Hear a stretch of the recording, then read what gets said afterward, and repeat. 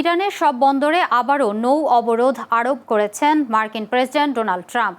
Tehran আলোচনায় না ফিরলে আগামী সপ্তাহে বিদ্যুৎ কেন্দ্র ও সেতুর মতো গুরুত্বপূর্ণ অবকাঠামোতে হামলার হুঁশিয়ারিও দিয়েছেন তিনি। রয়টার্স জানিয়েছে, যুক্তরাষ্ট্র ও ইরানের সংঘাত নতুন করে তীব্রতা পাওয়ার পর এটি ওয়াশিংটনের সর্বশেষ বড় পদক্ষেপ। এদিকে হরমুজ প্রণালীতে ইরানের সক্ষমতা দুর্বল করতে মার্কিন বাহিনী হামলা চালালে পাল্টা জবাবে ইরান হরমুজ প্রণালী বন্ধ করে দেয়। পাশাপাশি জর্ডানে মার্কিন ঘাঁটিতে ড্রোন ও ক্ষেপণাস্ত্র হামলা চালিয়েছে তেহরান। এছাড়া ইয়েমেনের হুতি গোষ্ঠীর মাধ্যমে লোহিত সাগরে প্রবেশদ্বার বাব আল মানদেব প্রণালী বন্ধেরও ইঙ্গিত দিয়েছে তেহরানপন্থী পক্ষ।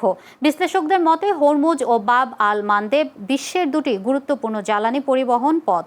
একযোগে অচল হওয়ার ঝুঁকি তৈরি হলে বৈশ্বিক জ্বালানি সরবরাহ, বাণিজ্য এবং তেলের বাজারে বড় ধরনের অস্থিরতা দেখা দিতে পারে।